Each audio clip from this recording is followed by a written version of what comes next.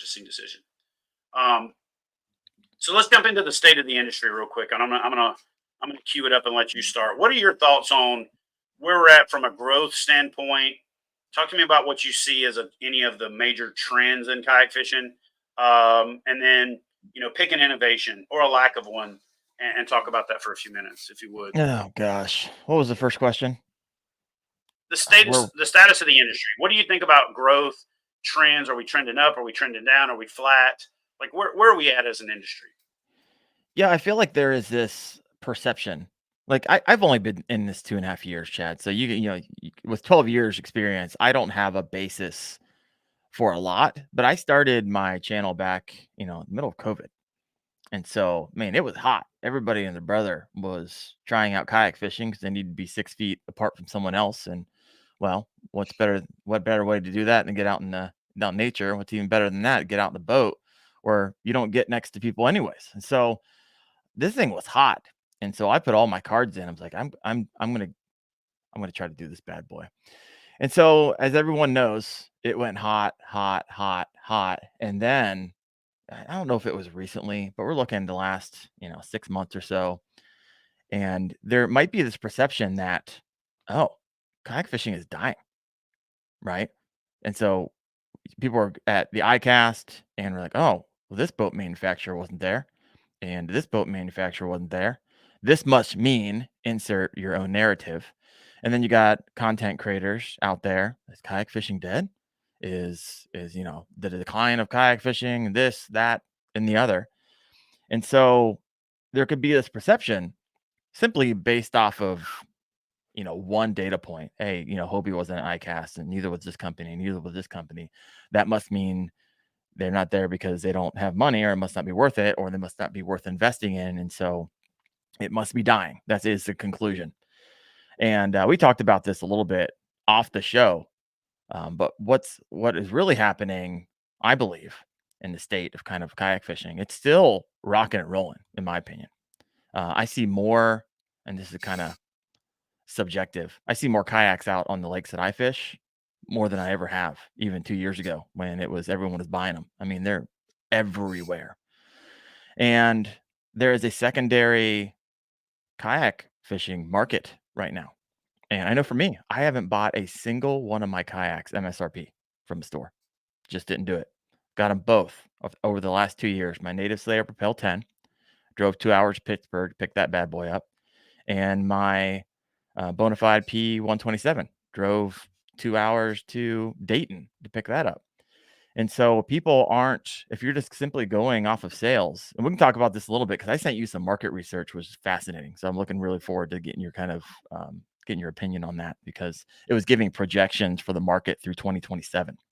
And so, and it was done 2 years ago. So we're kind of right in the middle of it. We're going to see if they missed. And so, and I love being that you have owned a retail store, rod company, all that stuff. Love to get your thought on it because you probably have some insight on it. But I think all these deductions and narratives people are pulling from just a little bit of information, and drawing the conclusion that kayak fishing is dying, I think is incorrect. It's false. So I'm going to give you my insight on it, and then we'll both talk about what we consider one of the better innovations. At the end. So anytime you have a industry, and you have an industry leader, and you have an industry platform, okay, meaning the place where the industry gathers, like you do with ICAST, certain what's the word I'm looking for? Certain inferences are going to be drawn when at ICAST there is a reduced posture of kayak fishing presence, and then there's the absence of the leader. Okay, and for years, and maybe even incorrectly so, Hobie has been dubbed the leader. And the only reason I say incorrectly so is because the true leader in plastic water vessel sales, by all of the research that you sent me and the research that I've found over the years myself, and stuff that I've also participated in through the Outdoor Industry Alliance and some other things, Leisure Trends is a company that does it. and has been that there's a misrepresentation of what a fishing kayak is. Mm. We talked about this offline, and I'm going to talk to the folks here a little bit about it, but not go as crazy in depth. If you've ever noticed when you go to Bass Pro Shop or Dick's or any of your major retailers that sell kayaks, even if they're called a fishing kayak, they put them in their camping section. The reason that they put them in the camping section is they're trying to avoid ever having that category move into the requirement to collect FET or federal excise tax on it, like they would if they started calling those things fishing products, right? Especially if an electric motor is attached to it. And again, that's a whole separate discussion that we'll get into. But the problem is, if you take a company like Bass Pro Shop, who owns, or Johnny Morris's collective group of enterprises, there's a company called Tracker. Tracker makes the Bass Tracker, and they have a division called Tracker Plastics. And in all of the research that I've ever found, Tracker Plastics has always been absent from their measurement. All the Alibaba brands are absent from the measurement. So when you look at the size of the market and you consider that what I think is the absentee leader in total sales being Tracker Plastics, who makes the Ascend series and makes the boats for Bass Pro Shop, and then you take into account that you're also missing some significantly popular boats like Brooklyn Kayak, Lightning, Vibe, Hoodoo, Hammerhead.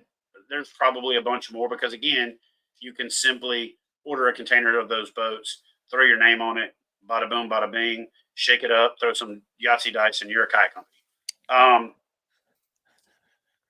That doesn't truly represent what the market is. And so I think what's happened also is that there's been a somewhat of a move away from specialty into big box, and big box does a really good job of not reporting correctly because they're very competitive with the other big box. And so when you lose the best reporting for the number one selling brand, it skews the numbers. And so on paper, Pelican International is the number one selling company in that category. And it's probably because their price point boat is also named a catch, and it's marketed and positioned as a fishing kayak, so it counts. A lot of their other boats don't count, so they're actually bigger than the studies say. Hobie has been sitting right there at number 2 in total sales, unit sales, and dollars for 22 years. Okay. So in my mind, Hobie is number 1, and they've been number 1 because those other companies are shell gaming and they're servicing kind of a different market, but they're still relevant. They're gateway products. They count, if you will. Right. But Hobie's been in that number 1 position.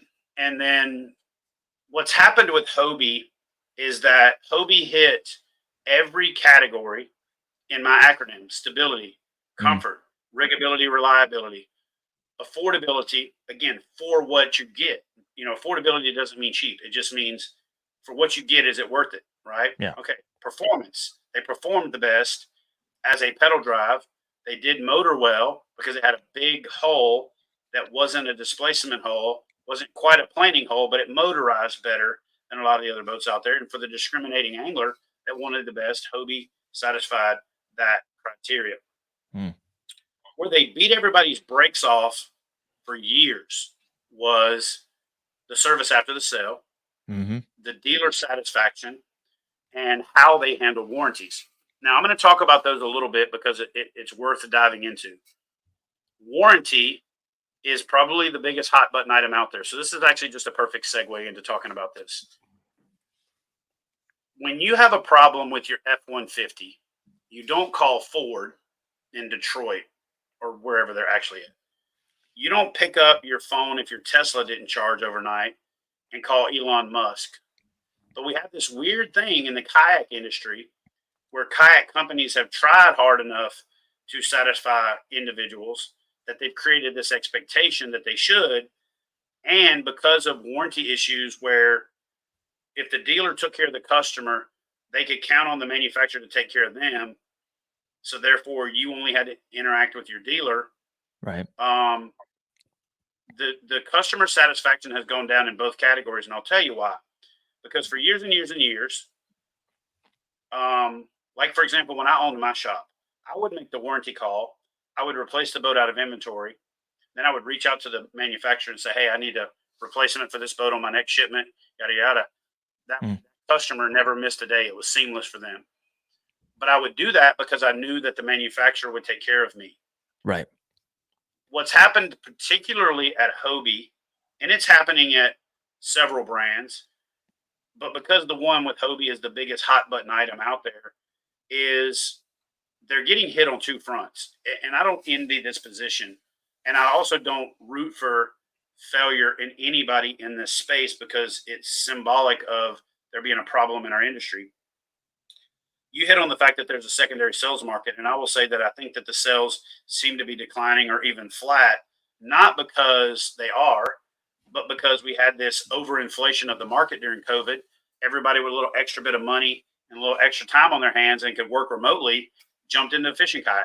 But after they've now gone back to work and they got to show up to the office and they're tripping over their $6,000 investment in their garage, and their wife or their life partners complaining about it being there because she's parking in the driveway and stuff like that.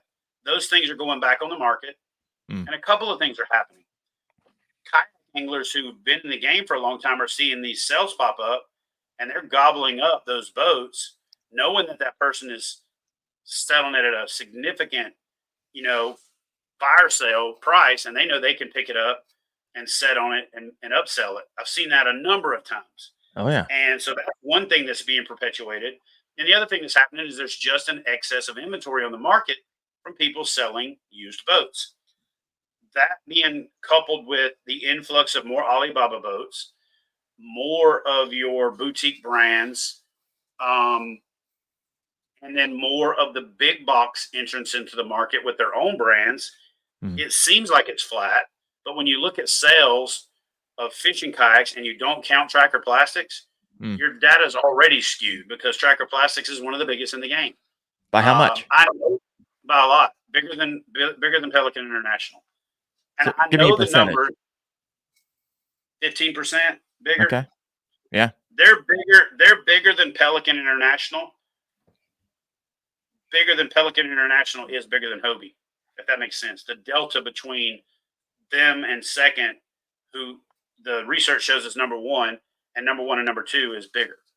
And I think that that's problematic because when you're trying to make decisions on the size of an industry and you're not counting the biggest and you're not understanding why they're the biggest, here's why they're the biggest. I can't walk into a specialty retail shop and walk out of that kayak shop in most cases without dropping significant dollars. I could walk into Bass Pro Shop, Cabela's, Shields, Dick's, apply for their store credit card, get their rewards points, and walk out of that store ready to kayak fish with $0 spent, and I owe $89 next month, right? So the value proposition for the low barrier to entry for a lot of people has accelerated those sales. And most of the Alibaba brand advocates are also hip to that. They're setting up pay now, play now, pay later in their stores with Affirm and PayPal financing and things like that. And so the traditional sales channel, the traditional sales funnel, get them interested in kayak fishing, bring them to your website, go to the dealer locator, go to the dealer, walk out with a fishing kayak, is the most disrupted it's ever been. But that also means that the market is healthy because, in my opinion, these other subcategory markets wouldn't be thriving because the weakest cells in a disease are the first to die, right? Through a process in our body called autophagy. It kills the weakest cells first. So if you think about an industry as a whole, the industry would not be healthy enough to support new growth, and those newest companies would die first. Right. If the industry sucked. So the fact that there are Brooklyn Kayaks and Hoodoos and Van Hooks and I can't name them all. That just shows that the industry is still worth investing in, and those people are selling those boats, and not all of them are counted in the data both in the study that you shared with me and the number of studies that I've seen over the years. So I Mm, think kayak fishing is the healthiest it's ever been. But I think we're in for a 2 year right sizing from what we went through with this crazy spike during COVID. mm, And I think it's just going to be one of those things that's going to have some casualties. One of the biggest casualties out there is the confidence in Hobie as a brand. And it sucks because that trickles down to everybody, sure. right? There's people that think because I do a series and the BOS is a competition with me and all that, that I'm somehow rooting for Hobie's demise. And that's not the case because I'm in kayak fishing. I make a living kayak fishing. So bad things in kayak fishing are bad for business for me. And so I hope, and I'm fairly confident that Hobie is going to get it figured out, but it's going to be a reverse engineered process because right now you've got kind of like an imploding situation that's happening. Last year was the first time in recorded history that Hobie discounted that I ever saw in my life. In fact, they Right. were very, very opposed to it. Well, this year they discounted again. And the first time that they discounted, not every dealer got on board with it. And this time I think it was across the board. Everybody was squawking about it, posting about it, talking about it. And when I look at the numbers of what they sold that boat for, I know what margins are, I know what freight costs Mm, to get the boats from California to a dealer somewhere in the Midwest or Northeast or even the Southeast.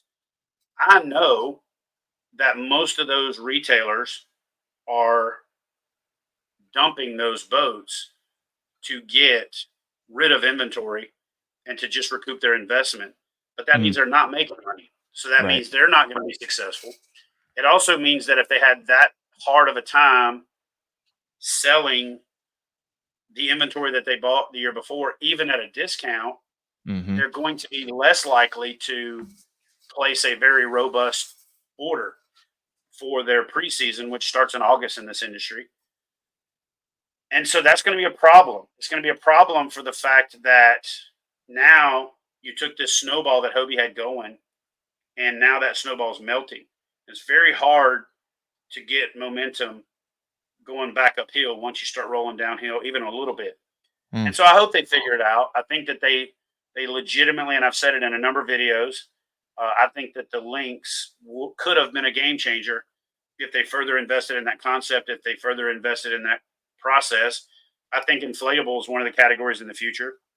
And I think if they had taken that iTrek concept a little further, uh, made it a little more durable on the surface, on the top part of the deck, and offered even maybe a 14 and a half, bigger version for bigger people, um, that boat could have destroyed it. It could have crushed it. But the links, because it was a foam filled, different type of injection molding process. I felt like it could be potentially the future of how boats are manufactured. And now, because of that downturn in their demand and those issues, um, it's going to slow their innovation. And what I loved about Hobie's innovation is it pushed everybody else. And I don't know if it's not pushing everybody else because now what I think happens is people are vying for the title. And mm. I'm going to get some for saying this, but I'm just going to tell you how it is. You can disagree with me if you want to, and there's nothing wrong with being wrong. Sometimes you're just going to be wrong. But here's the situation: for 20, I've been in this industry for a long time. I've been kayak fishing. It'll be 30 years in November. I've been in the professional side of this industry for almost 2 decades, and everybody conceded that Hobie was number one. Right. Like it was just Hobie's number one. This is the price point that they're at. We're not going to challenge that price point, and we're all going to compete down here for number two through whatever. And now you've got Big Adventures emboldened to cross that big price threshold with the Mm, TitanX. You've got hmm. Old Town knocking on the door with the Autopilot series for the last couple of years. But remember, they stayed right below that threshold. Okay, so I'm just going to tell you guys this is how it works. For a long time, they conceded. Hobie's number one. Their boat's $5,000. We're going to stay here around $4,000, even with our flagship boat. So here's what the real problem that I see is not problem. The status of the industry is warranty has become a big issue for Hobie. both with cracked holes, seized drives, particularly the 360 drive. And most of the people that I talk to, dealers, users, pro staffers, everybody along the way, there's at least some level of dissatisfaction at every level, at the dealer level, the reps, the consumers. We talked about our buddy Alex. We're not going to go too hard in that tangent because Alex is actually going to come here in November around the time of the Knucklehead thing, and we're going to collab. We're going to do some videos. We're going to do a UFC style weigh-in for all the popular fishing kayaks and say, this is what they say on the website. This is what they actually weigh. We're going to actually go out and do, we're going to go out and do some weight capacity testing. We're going to get some sandbags and some metal plates, and we're going to test these boats with the weight that the manufacturers say that they are. Not the weight that the angler says they are, but the weight that is actually, certified weights. Huh. And so I'm looking forward to doing that. And then we're going to flip some boats and play the game that Alex loves to play. I think he also almost creates a misrepresentation of how good he actually is by some of his antics. And I get it. It's part of it. But the guy's really actually smart about the industry, and he gets it. And he's done enough of trying all the different boats that he gets feedback from everybody. And because he's not a pro staffer, he's got 0 F's given and can do whatever he wants to. And that's a unique and kind of a refreshing position. And I really think it's a role that we need. And so he does a good job of filling that void. But the problems with Hobie are indicative of that there's something amiss from a leadership standpoint. Like, I think that somebody could identify these things and take corrective measures. And going into the second year of having the same problems, I'm not sure that that's happening. And I really hope that they figure it out, because I know they moved to Mexico, which is going to allow them to streamline their manufacturing, get more profitable, get more. And if they're more profitable, that means they have more money to put in innovation. They've already demonstrated that they're leaders in innovation. So if they can get more profitable to where they can reinvest that money in innovation and, make an effort to take back that lead position, we then have a 3-horse race. And we've not had a 3-horse race in a long time. And here's what happens as anglers when brands compete. When they compete, we win. Right. So as much as I'm affiliated with one brand over the other one, I'm a fan of competition, because competition with KBF made me make KBF better. Competition with Hobie has made these other brands better. But now that these other brands are challenging for the top position, now that Native's got the TitanX that's knocking on the door of, is this the pro angler killer? I think that's why the NAR got so much blowback from what it could be versus what it is, because it was supposed to be something that gave the pro angler a run for his money, and it really didn't. But the TitanX has got a real shot at it. I also think that the EPDL has got a real shot at it. I personally disagree with and agree with some of the takes out there. I understand that people say, oh, it should have worked with all the other drives, the boats that are out there, and you can't always do that. So I understand I understand Old Town's position on that. I think where Old Town made a bit of a miss is that they put that PDL, the EPDL, on a platform that wasn't the horse that they had put their saddle on for the last 3 years. I think it should have been an extension of the Sportsman Series, because the Sportsman Series are killing it. And I think that if there is a miss in that, I think that that's the case. But I also think that they might be smarter than me, and they understand that it needs to, appeal to a broader, audience. Big water being saltwater, and also still, appealing to freshwater anglers. And that maybe that when the story is completely told, Old Town gets to say, ha ha, we were right. I don't know. I personally don't usually safety up, but I probably would have safetied up if I was Old Town in this case. I would have done the Sportsman EPDL 136 or something like that, right? I would have tried to make it retroactive, but I understand how hard those things are. Right. But I do think from an innovation standpoint, it just shows that Old Town, one of the biggest players in the game right now, and Native, always been one of the biggest players in the game, are really jockeying for position to be that new number one brand, which then makes it even more problematic for Hobie taking back over the number one slot. And I think that if there is and again, we're doing state of the union for kayak fishing here, guys. So I'm covering everything.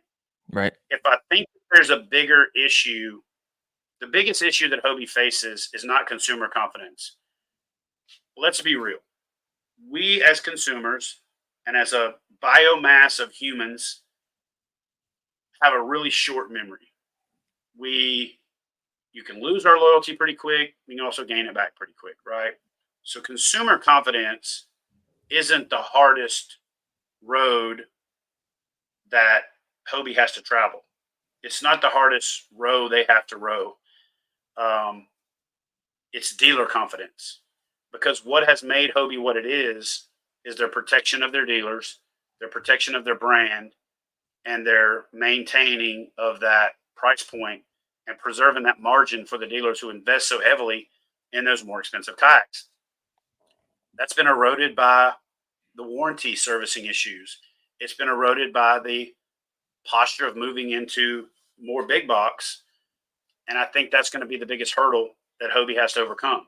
And again, I hope they do it. I hope they figure it out. I don't think going into big box is the solution.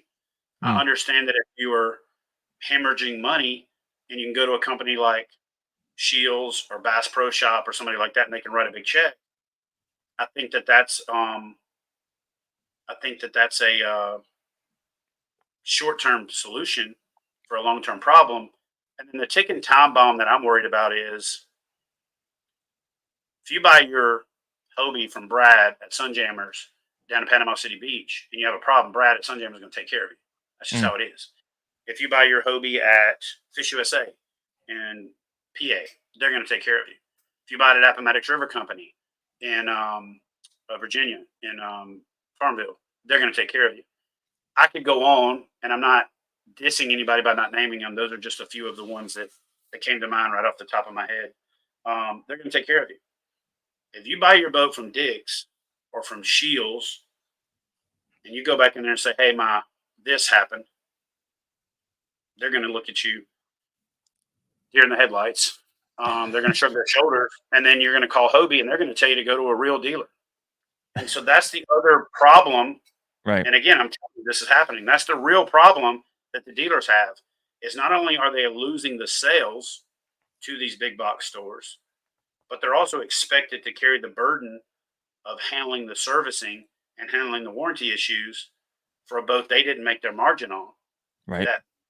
That's a net negative because it cost them the sale, and now they're having to do the servicing, so it's a double whammy. So a lot of dealers are pulling out of servicing warranty, and that was Hobie's major competitive advantage for years, is that the dealers were so behind the brand.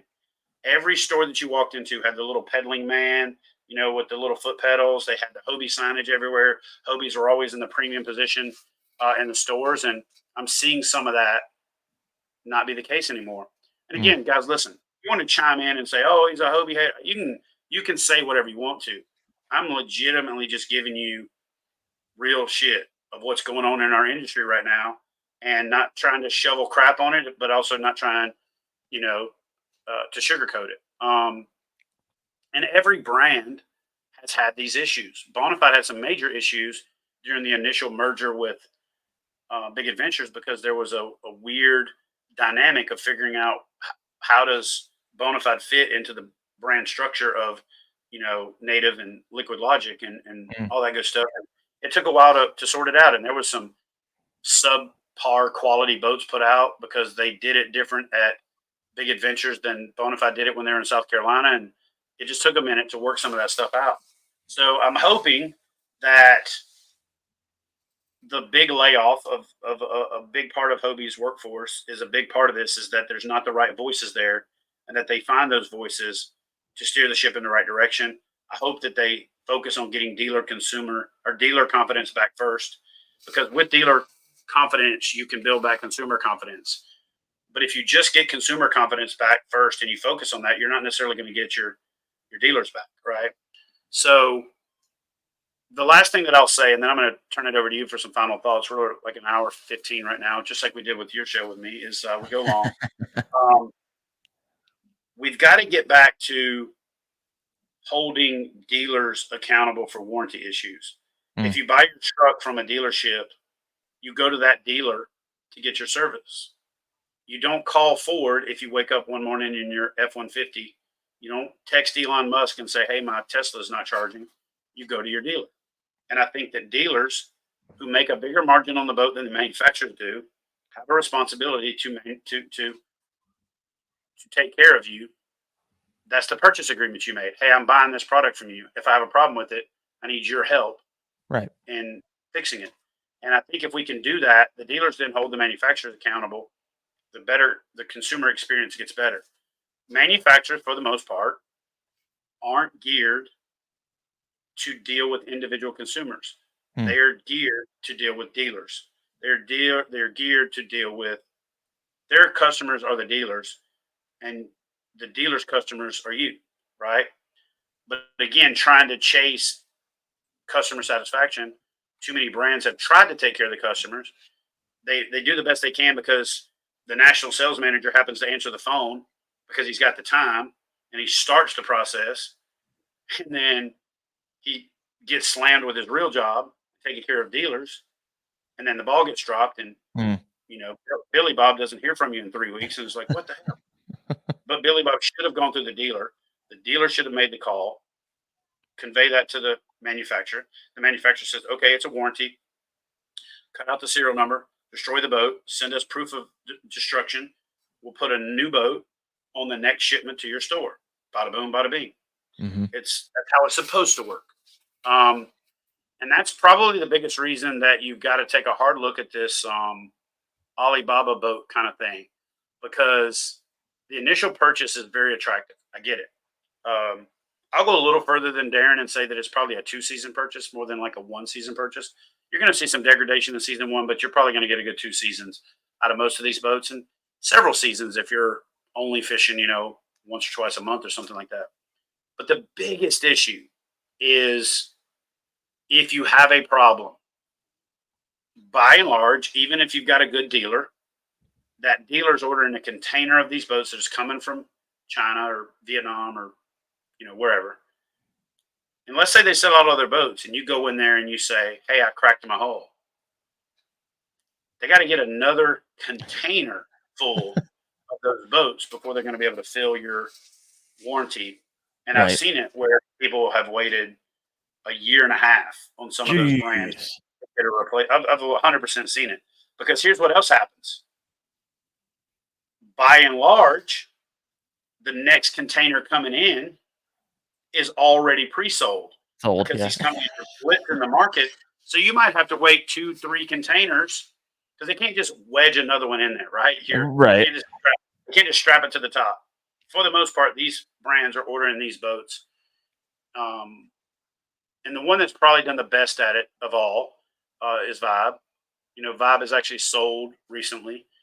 So I think that the new ownership is probably going to invest in, kind of improving that. But out of all of the Alibaba brands, I think they probably did the best job of kind of even getting some of their own designs, even though I think their designs were still, cake decorator of things that other brands had.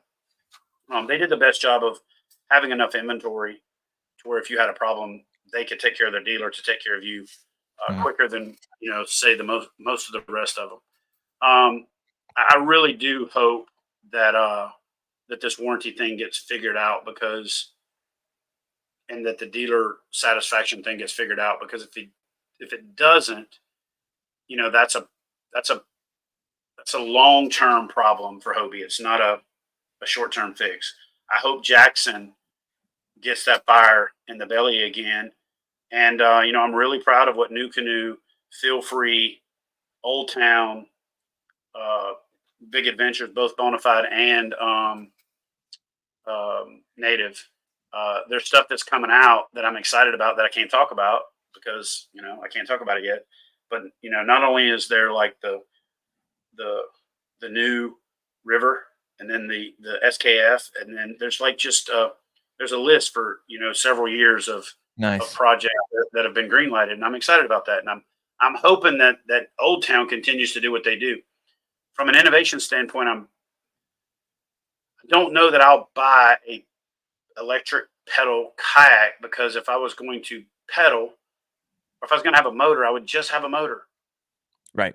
And so, as much as I don't get it, I also get it, if that makes sense. Uh, but one thing that people don't know about me is, like, I also paddle a lot. Mm. I've paddled probably 70 miles in the last 3 weeks. Um, so I'm going to get a pedal drive kayak again. I got the SS127, loved it. I'm sorry, the P127. Hmm. Actually, when we had conversations offline, I kind of helped guide you in that direction. Yeah. A lot of people talk about exercise in a fishing kayak. Look, fishing kayaks are not really exercise. They're movement, but you're not getting into that cardio zone, because just doing this, you're very seldom going to get into the benefit of a cardio benefit, to where you start to build and muscle mass, or lose fat, because you're not getting your heart rate up enough to get to the point where you're getting that cardio benefit from it. Which is why guys like me can continue to paddle our butts off and still gain weight or not lose weight. But what I learned in the pedal drive game is that you're using the largest muscles on your body. You can get your heart rate up higher, Hmm. and you can do it for longer periods of time, because it's the largest muscle group and it's the strongest muscle group on your body. And so I actually ordered another P127 from BONAFIDE. I'm going to pick it up as soon as I can, for the Come on now. specific purpose of not putting a motor on it. I got the first one and put a motor on it. Then I'm like, dude, what are you doing? Get the pedal drive and pedal it. So if I want to paddle, I'll paddle my SS127, RS117, or River. But I'm going to get a pedal drive because I need to get my fat butt in shape. And I think it's a great way to explore and cover water, and get some exercise at the same time. So I'm actually going to add a pedal kayak back to my regiment, because I really like the physical benefit from it. So if you're trying to get some exercise, get a pedal kayak, There because you go. paddling, I don't care how well you do it, you're not going to get as much exercise, because fishing kayak hulls are not efficient enough to truly paddle at that high cadence. You're going to get fatigued and stop faster than you're going to get any kind of benefit from it. Yeah. I mean, you're getting some benefit from it. You're moving, you're active, you're getting vitamin D from the sunlight. It's good for you. But I'm just saying, you're not going to go out there and drop 50 pounds just paddling. But you can pedaling, guarantee it. So I'm going to do Hmm. that. Uh, Yeah. and anything that I talked about in the last 10-minute rant, you want to chime in on, or if there's any kind of like final words or things you want to talk about, You know, the floor is yours, my friend. it's not related, right? I think you did a great job covering it. You come from a point of view that most don't, right? You've been in the industry a long time. You've heard a lot. You've been a part of a lot, and thanks for pioneering to a large part, right? And I'm a little jealous of that little play button you got back there. That's nice. Yeah, thanks. I You mean, know, I a lot of haven't thought people. of putting it up, but one of the things that I'm learning is to give yourself credit for your accomplishments. Don't be afraid to celebrate them, but don't set on them, and don't. Um, when I got that play button, I was in the worst place mentally that I had been in a long time, and I was, my relationship was falling apart and all that other stuff. So it was really hard to celebrate it. And so as I'm building out the KBF headquarters, I came across it in a box that I had stuck it in. I actually got it a year and a half ago, and I shot the little hypey video. Hey guys, I got my new, and I just didn't release it because I was like, it seemed self-serving. It seemed pretentious. Um, so thanks for mentioning it. You mentioned it during the startup, and I appreciate that. But Yeah. it's Here's why I also an mentioned it. example. It's an example of, if you put your head down and you work, you can do things that you might not have even thought you could do. Yeah. So go I, ahead. Sorry, man. no, I mentioned it because I mean, subscribers in the YouTube world, a lot of people say, hey, they're a vanity metric. And to a degree, YouTube cared about them a lot more earlier on in the game than I'd say they do now. A lot of it's watch time. Here's what it does represent. Chad, you have 127,000 people that literally took the action to click a button that said, I want more of what you are creating. And that's where the value is. And so that is a lot of eyeballs. Every single one of those clicks is a person. They have a name, and they're out there. They're out there getting some. And so, and you put in the work for it. And a lot of people don't understand, unless you're a content creator, you don't understand. You don't understand the work that involves. It's fun. Don't get me wrong, but it's still a lot of energy, a lot of resource.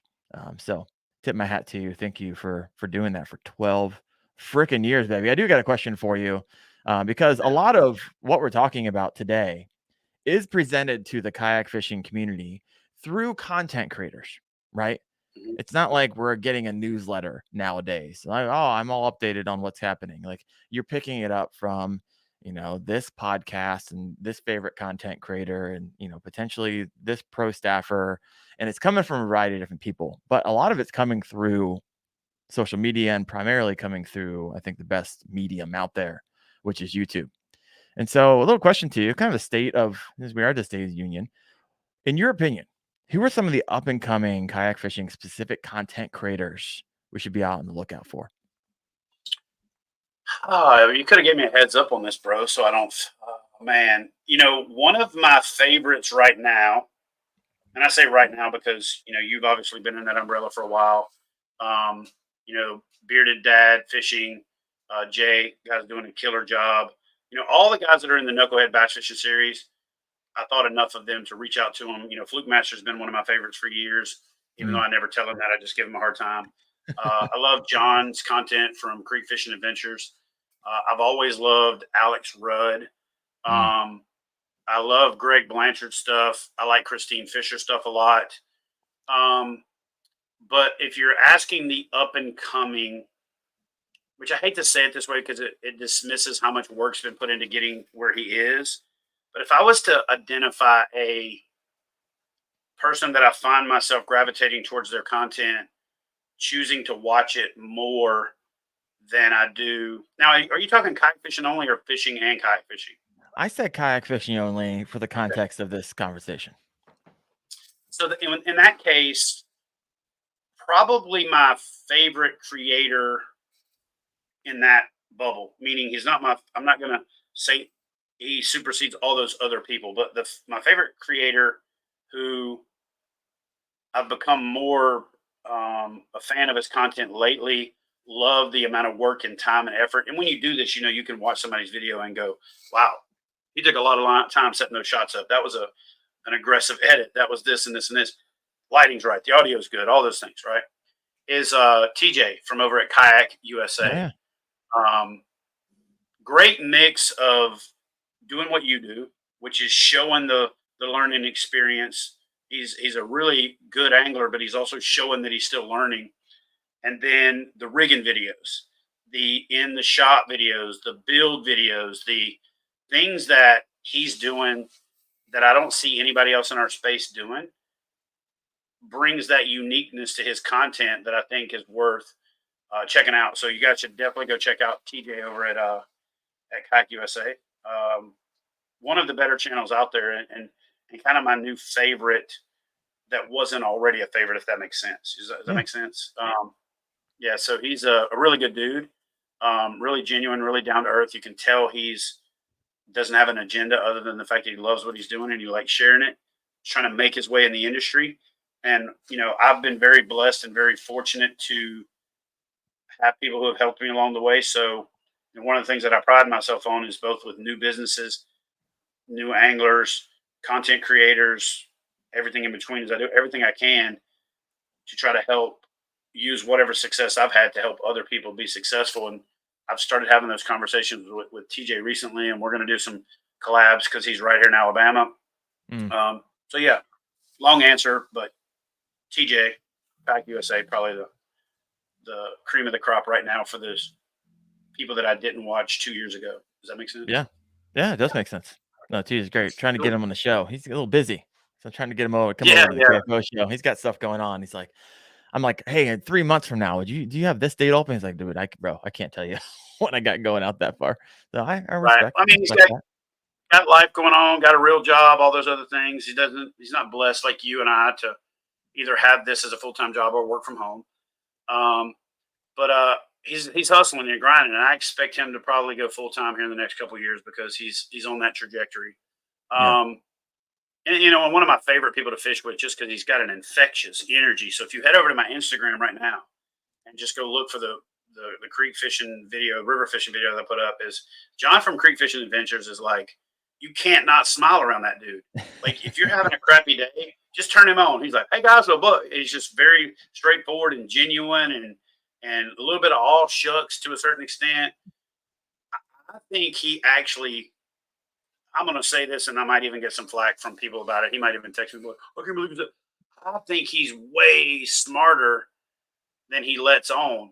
He lets on almost like this all shucks, East Tennessee, blah, blah, blah. You know what I mean? And I'm not saying he dumbs it down, but man, just being on the water with the guy for 2 days, the conversations that I've had, that dude is very intelligent, knows the YouTube game upside down, sideways, and backwards, and is very methodical in his approach to content creation, fishing, and he does both very well, if that makes sense. So Yeah. definitely can't. John from Creek Fishing Adventures might be my favorite, what I call lazy watch. Does that make sense to people? Like, where you're just watching it Nope. passively. You don't have Okay. to sit there and be like fully in it. Like, I can turn him on for 2 hours and just listen and watch his videos. But if I might be doing something else. In fact, in the shop, when I was organizing, I had his videos on for 2 days, just on playlists, just rolling through his content. So I don't have to necessarily be watching it to watch it, if that makes sense. Yeah. Like, I can literally listen to his videos and get a lot of joy out of it. So yeah. Nice. Good dude. All right. That's all I got. We're coming up on hour and 35, which is great. I mean, we could go for another hour for 35 with a few more questions. We sure could, and we'll do that. We'll make this a more of a recurring thing, guys. State of the Union, addressal, what's changed? Did this person respond? Has that person responded? So y'all do us a favor. Go follow Wendell Fishing. Go follow him on all the platforms. Go follow him on YouTube, and then he's got his other stuff linked up. He's not real hard to find. I'm not real hard to find. Randy, thank you again for another amazing show. Hope you guys enjoyed the conversation, but do us a favor and leave a comment in the comment section on your thoughts on anything that we said in this video, because I'm willing to defend positions that I've taken. I'm also willing to learn, and you can change my mind. I'm not one of those internet bullies who believes that everything you say is what it is, and then you get your sword out and fight to the death to defend your position. I'm definitely interested in hearing y'all's thoughts. So appreciate you guys tuning in, and thanks for watching the new first episode of Chad Hoover Fishing. Be sure to go check out Wendell Fishing. Randy, like I said, thanks again, and I will see you guys in the next one. Hey guys, I'm Chad Hoover with Kayak Bass Fishing. If you're looking to get in on the exciting sport of kayak fishing yourself, check out kayakbassfishing.com. Yeah! Boom! Oh, yes! What a freaking code. So whether you want to find out more about competitive kayak fishing and kayak fishing tournaments, or just looking to learn more to make yourself a better angler, head over to kayakbassfishing.com and join today.